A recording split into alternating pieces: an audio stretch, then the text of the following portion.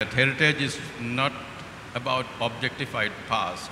You cannot make heritage a static thing. Heritage is a process. It's a cultural process. The problem or the question we have in front of us as heritage managers is what is the contemporaneity or the contemporary social life of a place like Galle Fort, with all its international citizens and new generations and their aspirations. So even a place like Sigiriya, for which I am the director of archaeology, we have, or for Dambulla, you cannot exclude the idea of any developmental aspirations on the part of the people who are associated with heritage. Heritage is not a backward-looking science. It cannot go against the ideas of development in an absolute sense. You know, it's a process. It is the associated communities and their desires and their engagement with these things that will define the social and cultural space of this place. You know, the first question is, what is the contemporary social and cultural space of Galle Fort? That's what I think that's what he was also telling, because as a heritage practitioner, that's how I would address that issue. Coming back to Parler's work, especially of his work of the Fort series, no? You know, he's a great artist, and I'm happy to say he's one of my students. Well, my students are good. Yeah, you know.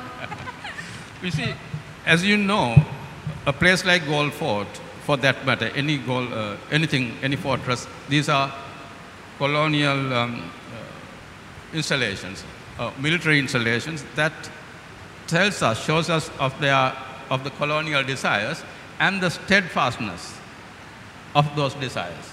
That is what this structure and his drawings, when you look at his drawings or these works that is reproduced in this, that is what it first reminds us of. And then, you know, a fort is a fort because it envisions someone called the other, the indigenous people. But of all his works, two of the paintings are significant in that series, where the presence of the other, the indigenous people, no, it is emblematic of these buildings that these are meant to impose their authority.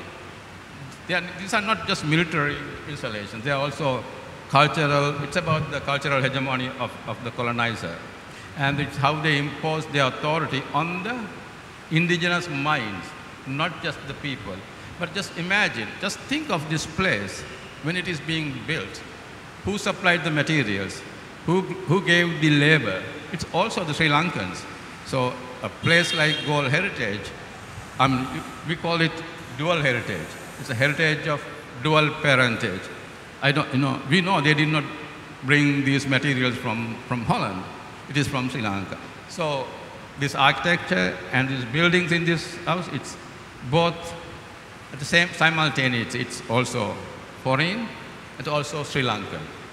And then, who are the Sri Lankans that it presents, that stands for? And in this series of works, the two drawings or the paintings on Mana and Matara, he reminds us of the cultural hegemony and is the authority that it imposes on the indigenous people.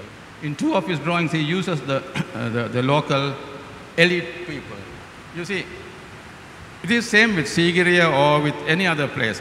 You have these mega edifices that needed so much of labor, material to make it. There is some guy who had the power to use all these materials and the people and the labor and organizational power. Then there was probably another group of people who managed these possibilities. Then there are all the people who did do the real work. So there is always, even from Anuradhapura to Polonnaruwa to a place like this, there are these three categories of people whose energies, whose thinking, whose contribution is gone into making these sites. In the Parler's painting, something very significant is that he reminds us of this aspect of its dual parentage in one hand And also the idea of, these are not just military installations, these are also markers, signs of cultural hegemony on the indigenous people. So that's my first response to his work and to your question.